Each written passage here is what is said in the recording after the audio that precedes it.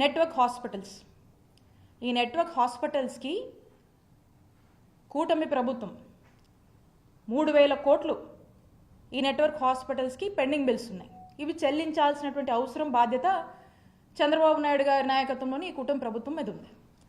వీళ్ళు చెల్లించకుండా ఈ రోజున రాష్ట్రంలో పరిస్థితి చూస్తున్నారు. ఈ రోజున పరిస్థితి ఏంటి? నెట్వర్క్ హాస్పిటల్స్ అన్నీ కూడా వాళ్ళ సర్వీసెస్ని నిలిపివేశాయి. గత 5 ఏళ్ల జగనన్న ప్రభుత్వంలో మనం చూసాం, ఏ ఒక్కరోజు కూడా ఇలాంటి దుస్థితి రాలేదు. It really సాడెన్సెస్.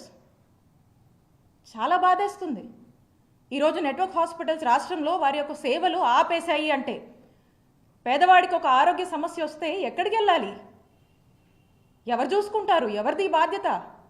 ప్రభుత్వంగా మీది కాదా రెస్పాన్సిబిలిటీ? ఒక్కసారి రాష్ట్ర ప్రజలు ఒక్కసారి ఇది ఆలోచన చేయాలి. జగనన్న ప్రభుత్వంలో ఏవైతే మేము సేవలు ప్రజలకు ఎక్కడ ఎటువంటి ఇంటరప్షన్ లేకుండా వీలైనంత మెరుగ్గా అందించేందుకు ఎంతలా కృషి చేశామో మీ అందరికీ కూడా తెలుసు. కోవిడ్ లాంటి పాండమిక్ వచ్చి మన నెత్తిన పడితే ఒక్కసారి ఊహించుకోండి.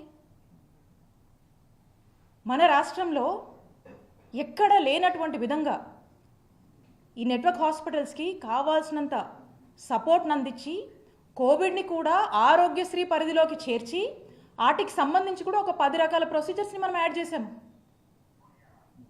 మన ఆరోగ్యశ్రీ ప్రొసీజర్స్లో.